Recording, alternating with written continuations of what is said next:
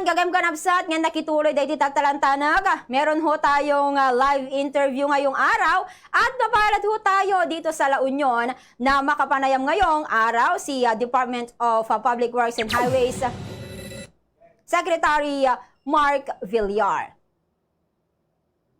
Good morning, sir. Good morning po sa programang Bombo Report Second Morning Edition. Ito po si Bombo Ann Cheryl Aragon. Good morning po. Magandang umaga po at sa lahat po ng ating tagapakinig ng Bombo Radio. Magandang umaga po. Secretary Mark, nagbukas na po ang TPLEX. May plano daw po ba na extension? Apo, matapos po natin makumpletong TPLEX project hanggang Rosario, La Union, nagpahiwatig naman ng concession ng TPLEX sa San Miguel Holdings Corporation na kanilang kagustuhan i-extend ng existing road network all the way to San Juan. At ito po ay may 4-lane road na may 59 kilometers. So, ang unang segment po ay mula Rosario hanggang Tibao na may habang 18 kilometers. Pangalawang segment naman ay 23 kilometers Tibao to Nagilian. At ang huli ay 18.4 kilometers Nagilian to San Juan, La Union. At meron din kaming ongoing ngayon na yung San Fernando Bypass na makakatulong din sa pagbawas ng traffic sa La Union. At halos tapos na po. Secretary Villar, ano po ang status ng Anduyan Bridge at Aringay-Tubao alternate road leading to Asin Hot Spring and Baguio City? Isa po sa napakahalagang proyekto na isa katuparan ng administrasyon at nabuksan ng 28 ay ang Anduyan Bridge. Ang proyektong Anduyan Bridge ay may habang 360 meters at ay bahagi ng Anduyan Rizal San Pascual Asin Road sa Tubao. Kasama din po may may improvement ng road section at ito po ay para sa mga turista na pumunta sa Asin Hot Springs at sa Benguet. Kaya napakalaking bagay itong proyekto dahil yung dating biyahe papuntang Benguet ay mula 2 hours magiging 35 minutes na lang. Ano po ang access roads leading to trades, industrial and economic zone, Oro Point, Freebo Zone sa La Union? Opo, sa La Union po, ito po yung mga projects na makakatulong para sa ating mga negosyo at para makapagbigay ng trabaho. So ito po isang 6-kilometer 5-lane road na inaugurate noong December 2020. At ang marami po mag-benefit dito, ang computation namin, 16,000 a day.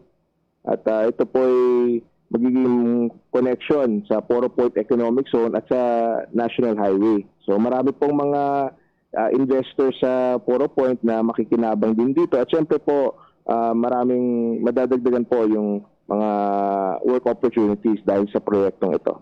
Kumusta po ang status, Secretary Villar, ng poblasyon Pugil-Tubadi Road, connecting Balawan-Santol Road in La Union?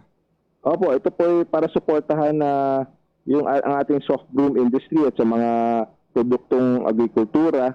Ito ay may habang 11.9 kilometers at 2 lanes. So, nagsisimula siya sa intersection na malapit sa Santol Philippine National Police Station and Santol Municipal Hall. At magbe-benefit po dito ay mahigit 17,000 per day. Kaya sa ngayon, magandang balita po dahil 67% ang completion at matatapos na po ito by next year. Secretary Mark, tinagurian kayong silent worker dahil lagi kayong nag-i-inspect sa Maynila at mga probinsya pero hindi nababalita. Ika nga sumisigaw na gawa. Dahil dyan, ano po ang mga accomplishments ng DPWH under your term nationwide at may mga dapat pa ba tayong abangan na project?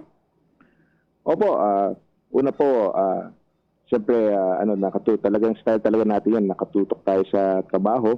Pero siyempre, kailangan din natin na ibahagi ang ating mga nagawa sa ating mga kababayan. Dahil siyempre, gusto din nila malaman kung saan napunta ang buwis nila. Kaya sa ngayon, nais ko pong i-report na ang department ay nakagawa na po ng 264 kilometers of road na maintain, na widen, na construct. At meron din po tayong nagawang 5,950 bridges.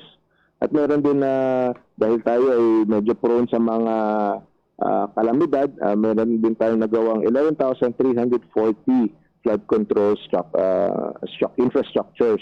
At para sa ating mga magsasaka, meron po tayong 1,800 kilometers of farm-to-market roads para suportahan ang ating farmers.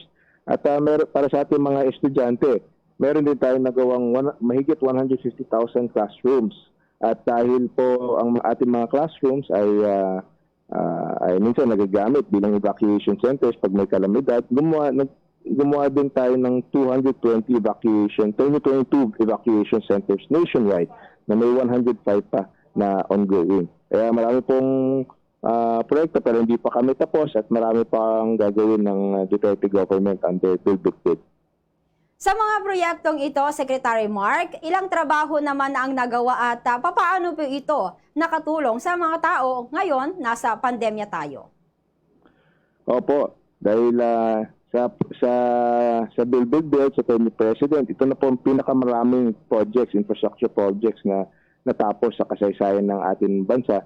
Kaya ang maganda po dito, marami na-generate na trabaho. From 2016 to 2020, 6.5 million jobs ang na-generate. At ngayong taong ito, dahil kahit na may pandemya, ang target po namin is maka-generate ng 1.6 million jobs na kailangan natin ngayon dahil may pandemya at siyempre kailangan makabangon muli ang ating ekonomiya. Madalas po kayong pinupuri ni Presidente Rodrigo Duterte at ipinagmamalaki ang inyong mga nagawa. Sabi nga niya na nangihinayang siya kung kayo ay aalis at tumakbong senador. Sigurado naman po na kayo ay mananalo. May plano po ba kayo, sir? Una, nagpapasalamat po ako kay President Duterte sa kanyang tiwala po sa akin. At sa ngayon, gusto ko munang tapusin yung kailangan tapusin. Alam ko naman na malapit na po ang oras ng filing, kaya open naman ako sa lahat ng options. At siyempre gusto ko pa rin na tumulong, lalo na po sa ating infrastruktura sa Build program. Kaya talagang iniisip ko po kung ano yung next step ng career ko.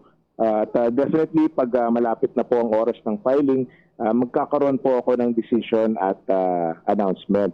Pero sa ngayon, nakatutok muna ako sa trabaho. Pero definitely malapit na rin po ang mag-announce din po ako ng decision.